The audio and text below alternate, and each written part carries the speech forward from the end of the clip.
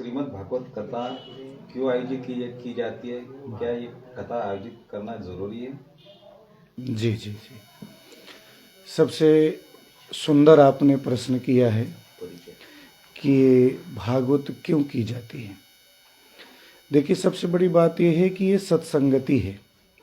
सत्संगति कैसे? जैसे संसार में, समाज में अपने कुल का, अपने धर्म का, अपनी संस्कृति का ज्ञान हमें अपने बड़े लोगों से प्राप्त होता है। जो हमारे घर के बड़े बुजुर्ग होते हैं उनके द्वारा प्राप्त होता है कि हमारी संस्कृति क्या है, हमारी सभ्यताएं क्या है, हमको परिवार में कैसे रहना चाहिए, इन सभी चीज़ों का ज्ञान।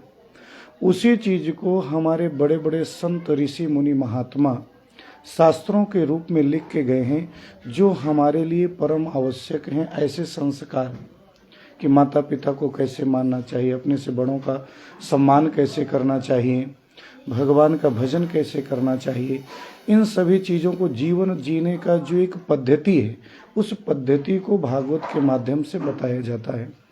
और ये भगवान का तो स्तवन है ही, भगवान की पूजा है ही, भगवान का गुणानुवाद तो गाया जाता ही है, लेकिन उसके साथ साथ हमें किस प्रकार से समाज में रह के जीवन जीना चाहिए, उसके लिए ये पुराण की कथा करना बड़ा ही जरूरी कार्य है। उससे हमें ज्ञान मिलता है। ये ज्ञान प्राप्त होता है कि जीवन में जो हमारे रिश्ते नाते हैं, जैसे माता पिता के प्रति बच्चों का क्या कर्तव्य है, माता पिता के क्या कर्तव्य हैं बच्चों को परवरिश करने के, भाइयों के प्रति कैसे रहना चाहिए, भाइयों के प्रति बर्ताव कैसे होना चाहिए, बहनों का बर्ताव, पति पत्नी के अंदर का बर्ताव क्या होना चाहिए, उसके संस्कार क्या हैं। क्योंकि हम पश्चिमी देश को बिलोंग नहीं करते हैं, वहाँ की जो सभ्यता है, हमारे यहाँ पर ये है कि जो पति पत्नी के रूप में कोई नया जोड़ा आता है तो उसको कहा जाता है ये लक्ष्मी नारायण का जोड़ा है। लक्ष्मी नारायण का जोड़ा क्यों कहा जाता है? क्योंकि वो पूरे जीवन भर के लिए रिश्ता होता है, और दोनों के अंदर जब जीवन भर के लिए एक प्रकार का सम्मान रहेगा, पति के अंदर पत्नी के प्रति सम्मान रहेगा, पत्नी के अंदर पति के प्रति सम्मान रहेगा, तो उस घर में हर प्रकार की खुशियां रहती हैं और हर प्रकार से शांति रहती है, और उस घर का कल्याण भी होता है। तो ये सब जीवन जीने की जो पद्धति है, उस पद्धति के विषय में पुराणों के माध्यम से जागरूक किया जाता है, और जो हमें आज बड़ी आवश्यकता है इसकी, क्योंकि हमारी जो नई पीढ़ियां हैं वो पश्चिमी देशों की संस्कृति की ओर भाग रही हैं, बल्कि वो लोग हमारी संस्कृति को अपना रहे हैं। तो इस कारण से समाज में, समाज के कल्याणार्थ हर मोहल्ले में, हर जगह भगवान की कथा होना अत्यंत आवश्यक है। उसी के निमित्त जो हमारे मुख्य यजमान हैं श्री दिनेश लटारू जी अगासे जी, उनकी पत्नी श्रीमती ज्योत्सना अगासे जी और उनके सुपुत्र श्री ओम जी अगासे, तो इन्होंने इसी संदर्भ में यहाँ पर अपने देशमुख बाड़ा, इस जहाँ पर आप लोग आए हैं ना, इस स्थान का नाम है देशमुख बाड़ा, रामकृष्ण नगर देशमुख बाड़ा। ये देशमुख बाड़ा इनके पूर्वजों का स्थान है। मतलब यहाँ पर इनका पूरा परिवार, इनके नाना जी का स्थान था। इनका तो सरनेम अगासे है, लेकिन इनके नाना जी ने अपनी बेटियों के निमित्त, 3 बेटियां थीं, भाई थे, उनके निमित्त एक वाड़ा बनाया, और कि मेरा पूरा परिवार, मेरी 3 बेटियों का परिवार एक ही जगह पे रहे। और संयोग से उन लोगों का इतना पुण्य था कि आज उन्हीं के इस बाड़े पर बढ़िया सुंदर जो है 7 दिवसीय श्रीमद् भागवत की कथा हो रही है। और दिव्य वृंदावन से जो आई हुई झांकियाँ हैं, वहाँ से ये लाइव प्रसारण भी हो रहा है कथा का।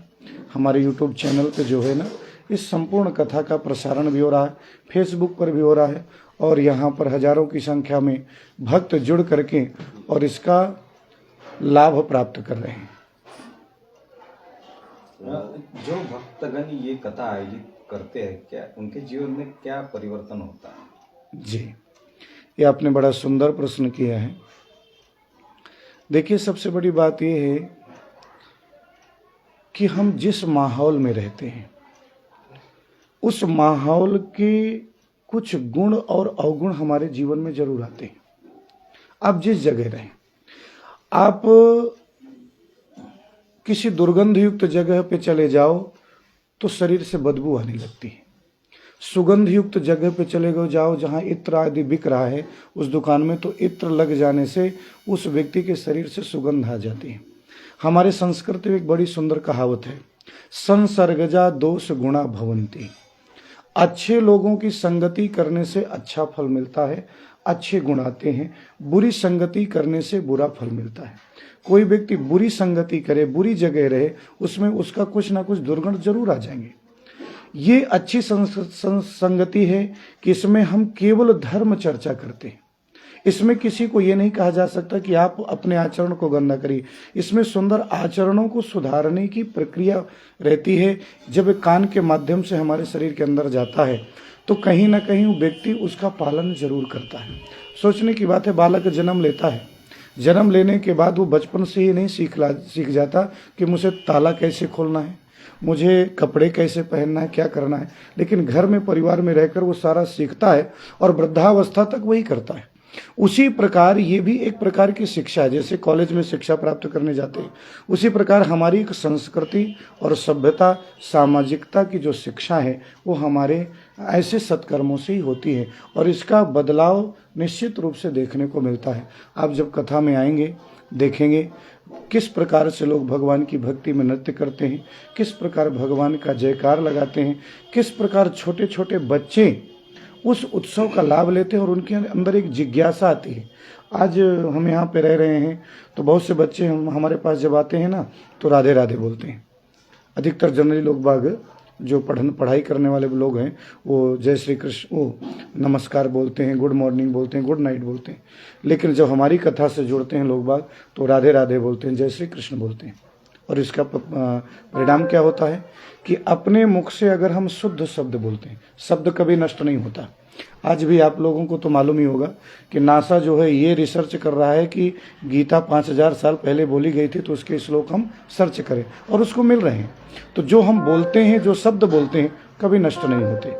जैसे हम गुड मॉर्निंग गुड नाइट बोलते हैं तो ठीक है, इंग्लिश के शब्द हैं, लेकिन हमारी प्राचीन जो सभ्यता है कि पहले हम राम राम करते थे, जय श्री कृष्ण करते थे। क्यों करते थे?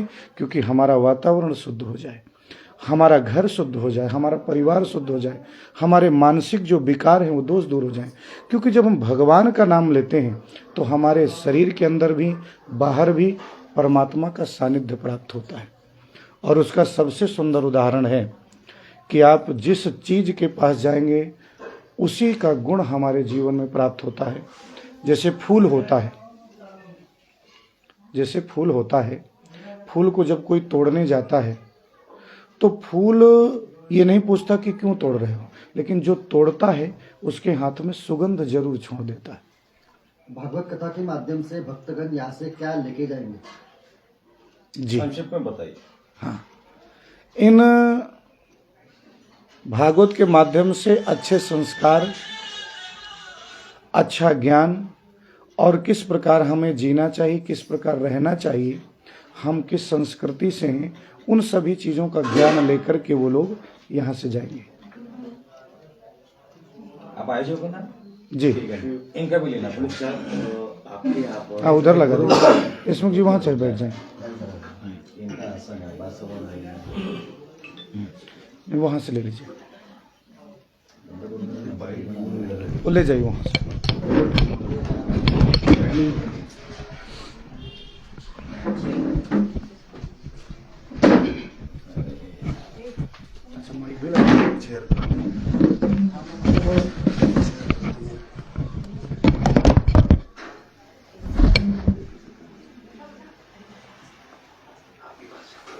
मोबाइल साइलेंट करना भाई। हाँ, आप भी बैठो। दोनों को बिठा देशमुख सर, सबसे पहले तो आपका आप परिचय दीजिए।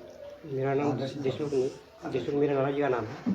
मेरा नाम दिनेश टटारू आगाश है और मैं मोबाइल में सर्विस करता हूँ और मेरा जन्म इसी बाड़े में हुआ है और एक बिजनेस परिवार था बस। आपने भागवत सप्ताह का आयोजन किया है, क्या आपको प्राप्ति अभी हो रही है? अभी सप्ताह भी जो शुरू है तो ये भागवत का आयोजन इसलिए हुआ है कि भागवत हमारे घर में पहले से भक्तिभाव का माहौल है शुरू से। तो जब मैं सर्विस करने डोंगरी बुजुर्ग गया तो और ये हमारे मामा जी सुभाषराव जी कार्य हो रहे हैं, इनके यहाँ पे शायद अगर मैं गलत नहीं बोल रहा तो 94-93 के बीच में भागवत होता अवधेशानंद महाराज जी का, तो वो भागवत मैंने देखा था। तो वहाँ पे जो माहौल होता है वो एक अलग टाइप का माहौल होता है, भक्ति भाव का माहौल होता है। और उसके बाद में महाराज जी का प्रोग्राम जब मैं डोंगरी शिफ्ट हुआ था यहाँ से रहने के लिए, तो 2005 का प्रोग्राम मैंने महाराज जी का वहाँ सुना डोंगरी पूजा में। उसके बाद इनके 2 प्रोग्राम हुए यहाँ पे 2005-2006, तो दोनों प्रोग्राम मैंने उनके अटेंड किया। वो वहाँ से अपने मन में ऐसी भावना निर्माण हुई कि भाई अपने घर में भागवत कब होगा। तो तब से लेकर आज तक यही मेरा चिंतन चलता था कि अपन भागवत कब करेंगे।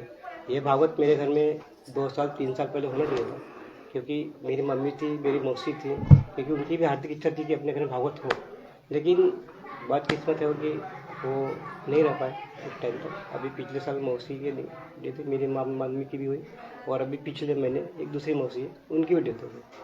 तो उनका दुर्भाग्य है कि वो नहीं है इसका। तो अभी एक हुआ की अपना अभी आगे किया जाए, तो हमने इसका आयोजन किया। मॅम तुम्ही काय सांगाल तुमच्या घरी भागवत कथेचं आयोजन करण्यात आलेलं आहे? मला खूप आनंद वाटत आहे माझ्याकडे भागवत होतं आणि सगळी कृपा वरवाल्यांचीच असते आणि मी माझ्या पतीसोबत सगळ्या गोष्टी सहमत आहे. आता काय तुमच्या जीवनामध्ये काही धार्मिक परिवर्तन होत आहे का आता? परिवर्तन तर काय आज ते परिवर्तन झालं असलं त्याच्यामुळेच ते आपण त्या गोष्टीमध्ये इन्व्हॉल्वमेंट आहोत. काय संदेश द्याल तुम्ही? हे भागवत केल्याने मनाची शांती पण होते, सगळं सुख आणि मिळतं. मनाचे विचार बदलतात सगळ्या गोष्टी, सगळ्या गोष्टी. आवाज आचरण हे आणि सगळ्या आम्हाला गोष्टी. उत्सुकता राहते देवाचं करायला. भागवत आहे, शिवपुराण आहे, आम्ही ऐकतो, आत्मसात करतो या गोष्टी. लोकांना तुम्ही याच बहाणे काय आवाहन करा? आपल्याकडे भागवत हे आहे, काय आवाहन करा? लोकांनी यावं आणि त्यांनी काहीतरी आत्मसात करावं आणि त्याला आपल्या आचरणामध्ये आणावं. तुम्ही मी पण माझंही तेच म्हणणं आहे की सगळ्यांनी ऐकावं, त्याचा आत्मसात करावं आणि त्याचा लाभ घ्यावा. आणि सगळ्या मुलांनी, छोटे मुलं असो या मोठे असो, सगळ्यांनी या गोष्टीचा विचार करायचा. कारण की आताची पिढी अशी झालेली आहे की दुसऱ्या भागाकडे वळलेली आहे. त्यांनी सगळ्यांनी एकत्र येऊन हा संस्कृतीचा लाभ घ्यावा आणि संस्कृतीला सामोरं न्यावं. आणि जनतेने जसं असे आयोजन जर कुठे होत असतील तर आयोजकाच्या जिम्मेदारीने त्याच्यात सांगितले जे काही व्यक्ती असतील त्यांच्यानी या कार्यक्रमात सहभाग घेऊन आणि सुरू करावे अशी आपली अपेक्षा आहे.